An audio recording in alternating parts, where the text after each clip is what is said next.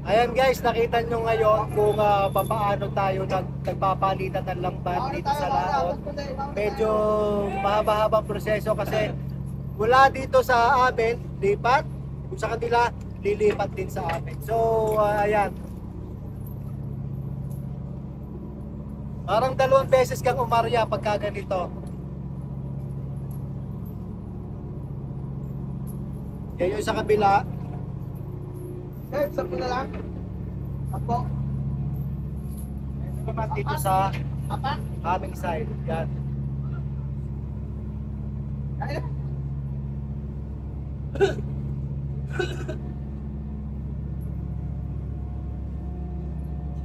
So magandang umaga mga kasimangista, pinakita ko lamang talaga sa inyo para yung mga activities namin dito sa fishing, somewhat kung sakaling magjo-join kayo or mag-apply kayo dito, ganito yung mga activity na ginagawa din namin kung wala kaming fishing days. Yan, ganyan. So magandang umaga sa inyong lahat at maraming salamat. Shoutout sa ating 488,000 sa Facebook page at 87,000 sa Facebook, sa YouTube channel guys.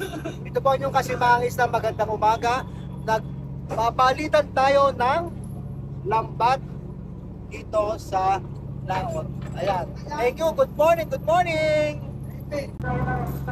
Good morning guys, magandang umaga sa inyong lahat. Ngayon ay ipipicture natin kung paano magpalitan ng lambat ang dalawang barkong pangisda dito sa Pacific Ocean. Sa nakikita nyo ngayon na nakabunton yung kanyang lambat dyan sa kanyang kubyerta. So yan ay nakapatas dito kanina. Nagsimula sila ng mga alas 4:30 ng madaling araw. Ngayon ay alas 7 na. Pero kita nyo dito sa kabila, makikita nyo sa kabilang barko naman, nakadikit kami. Ayan, ganyan din, nakapatas din sa kubyerta ang ating lambat na ginagamit. So ayan. So kami ngayon ay magpapalitan ng lambat. So, yung makikita nyo, dalawang barko yan, magkadikit. Pareho sila nagpa-power block sa ngayon. Ayan. Pa-power block yan. Ito sa kabila nagpa-power block din. So pareho nilang inilalagay sa kubyerta ang kanilang lambat para ma-espasyo ito, mawala ng laman itong net area niyan. Kung saan dyan nakasalansan yan, yan may mga stop ring yan dyan. So sa normal dapat lahat nandito ang lambat. Dito nakasaka yung main skip. So ngayon, magpapalitan kami ng lambat kasi itong lambat namin dala galing Pilipinas ay bago. Ito ay intended para dito sa kabilang barko, kaya naman, ayan, kaya naman kukunin na nila yung kanilang lambat na ni-request. So, napakamahal ng lambat nito. Sumusukat ito ng humigit kumulang sa 1 kilometro ang haba at ang lalim ay nasa 200 to 300 meters or 200 fathoms ang lalim nito guys. So ayan guys, oh, kita nyo, yan ang mga kadena nya. Yan ang stop ring. Diyan nakakabit yung ating kable na binipira ng ating main winch para lumalim ito. At ating main winch, ito yung main winch natin na yung mga may kable na yan. Yan yung bumipira para lumalim ang lambat. So ganyan guys, pagka magpapalitan ng lambat, kailangan espasyohin muna pareho ang area na ito.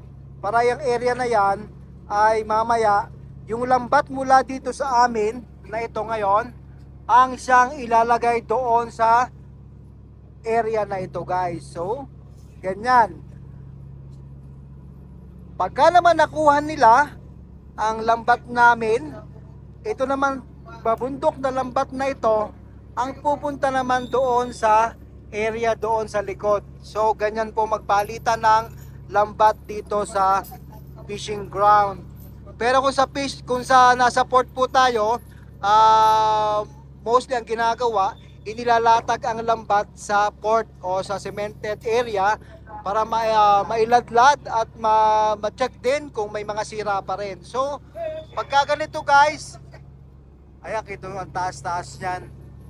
Pagka ganito, sa laot, nakadikit talaga ito, but naka-ship side kami. Kita nyo yan, may mga fender yung kulay dilaw. Nakadikit kami dito.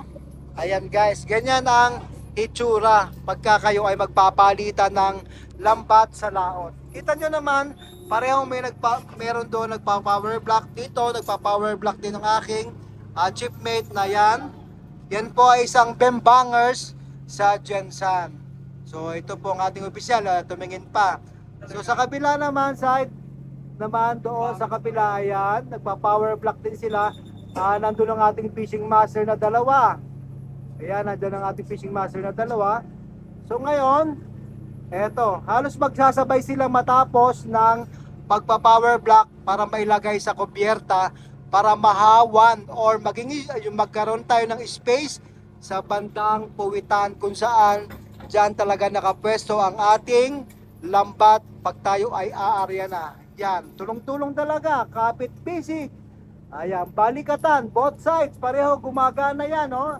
Both sides, gumagana ang mga tao natin. Ayan. Ayan guys.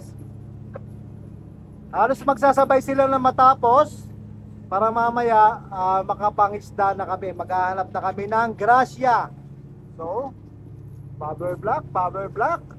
Sa lansan, ayan, mga bago talaga to sa amin kasi kung makikita nyo dito sa kabila, oh, makalawang na yung kanyang mga kadena. May mga butas-butas na rin yung lambat. Pagkabago, talagang pinong-pino pa talaga siya, oh. Ibang kulay, parang mas makintab-kintab pa ito ng konti. Ayan. Pataw namin, dilaw na dilaw. Oh.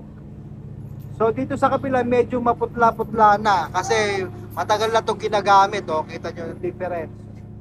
Ayan guys.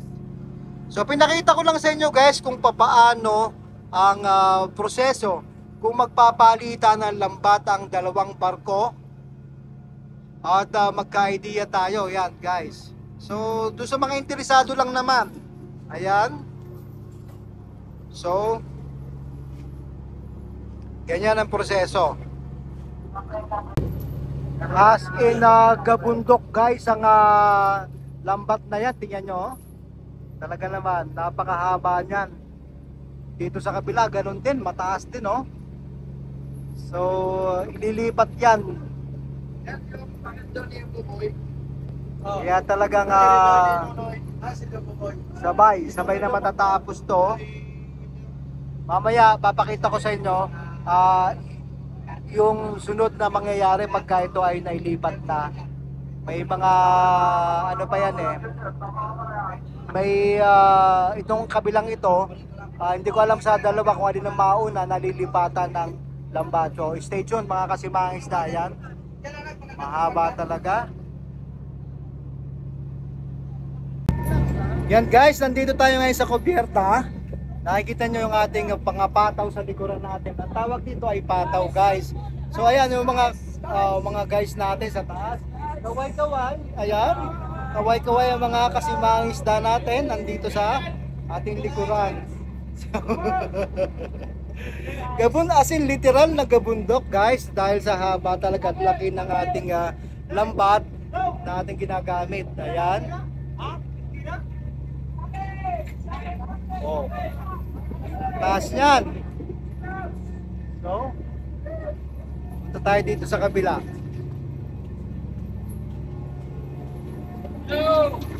Ayan naman, dito sa side na to, yan mga bembangers, mga nag-aantay lang yan.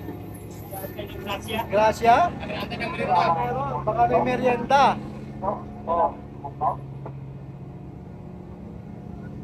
Ganyan guys ang paano magpalitan ng lambat dito sa fishing ground mismo. So kailangan nakadikit talaga sila, nakadikit to. So ganyan po. Kakaiba yung proseso dito kaysa dun sa pag tayo ay nasa port or merong area na pwedeng ilatag ang ating lambat. Yan guys, good morning sa inyo. Ito yung triangle guys na hinihila ng ating main skip pag yan ay umaarya na. Yan triangle na yan is fully stainless solid yan guys. So tingnan nyo naman ang haba niyan, paakyat hanggang doon. Ayan, ang taas. Oh. Ayan.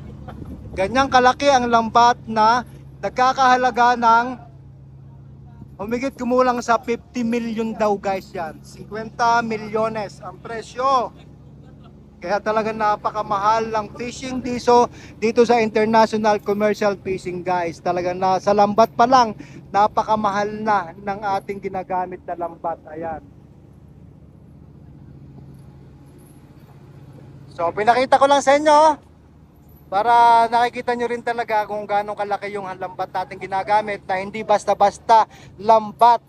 Yan, talaga naman. Napakamahal niya. Sa kadena pa lang guys, napakailang kilo lang. Ilang tonelada na yung kadena na yan. Magkano per kilo yan. May snap ring pa yan. Snap ring niya, kung ilang daang snap ring ang ginagamit dyan. Tumitimbang yan ng 7 kilo pataas. Ayan. Ayan, kita nyo ang dami ng kadena na yan. Ang bigat niyan.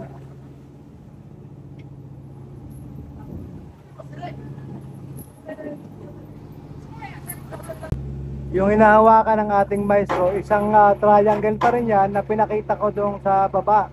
Bali, dalawang triangle yan guys, na solid stainless talaga. Ayan, both ends niyan ay may triangle na ganyan na nakakabit.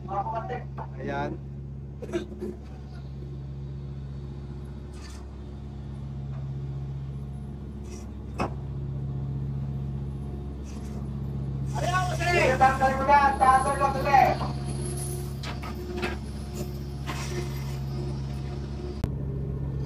Ayan guys, bakante na tong kanilang net area. Dito ilalagay yung ating lambat na inilagay sa kupyerta natin para maging pasyurin yung ating ganyang part dito sa ating puwitan.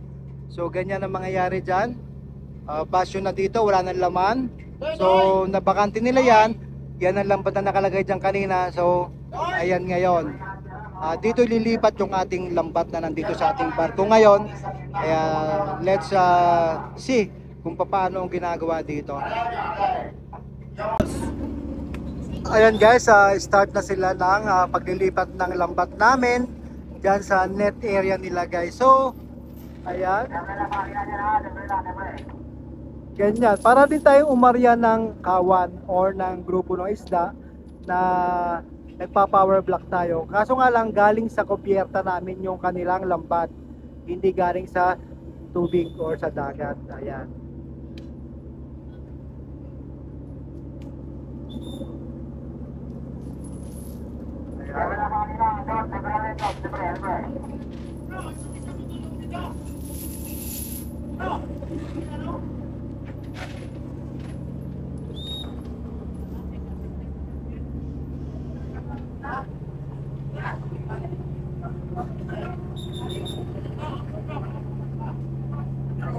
Patisa mo lang. Hindi kasi tinitisa.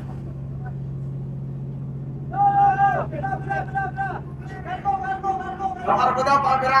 Kargo. Yan. Okay.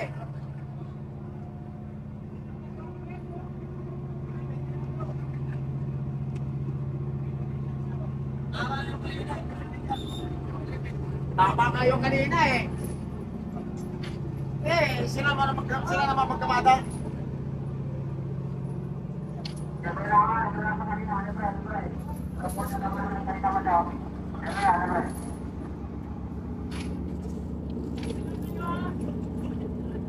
So hanggang sa matapos yan guys, ganun din ang proseso na mangyayari dito sa aming site. Ililipat yung mga gabundok na yon dito naman sa net area din ng aming barko. Kaya yan. So same procedure lang guys. So hindi puputulin na natin ang ating video habang masyadong mahaba na to. So mas maganda nagka-idea kayo at sabi ko nga please leave your comment down below kung meron kayong gustong content na i-content natin dito sa fishing ground. Ayan guys. So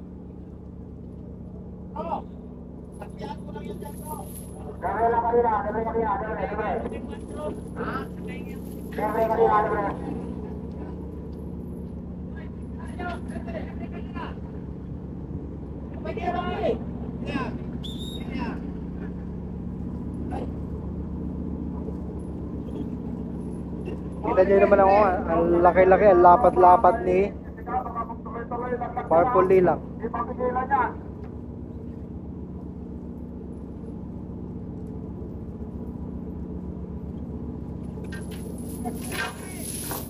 Mo, ang dami ng kadena.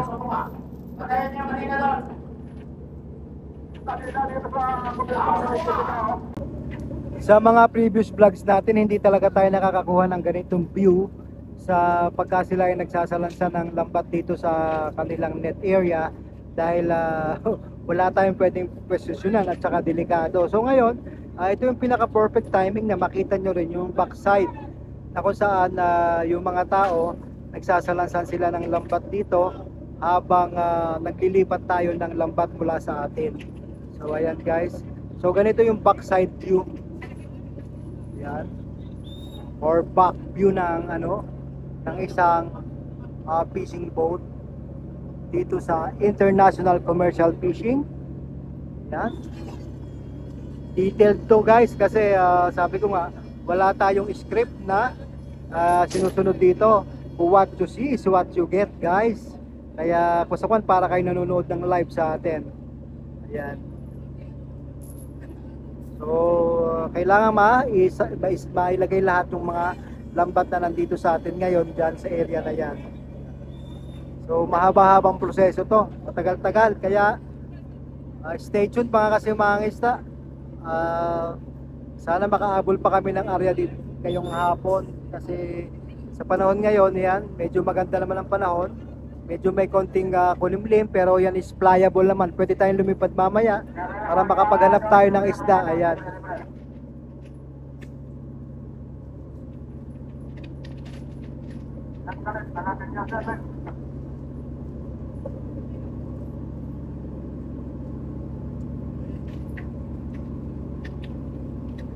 Yan yung snap ring guys. Daang piraso din dyan. Ilan, mahigit 100 yan.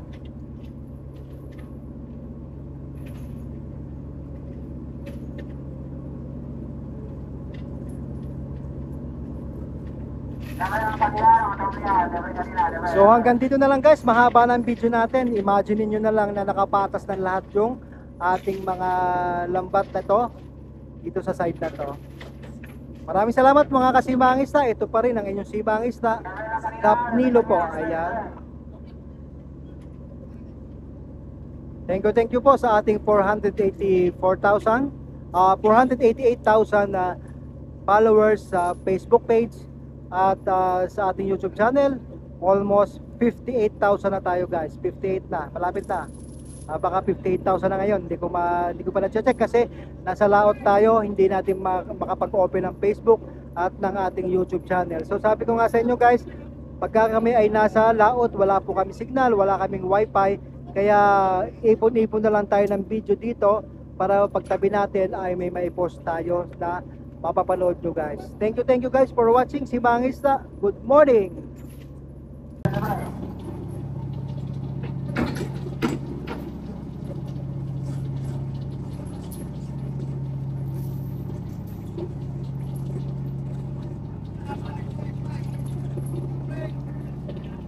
Grabe,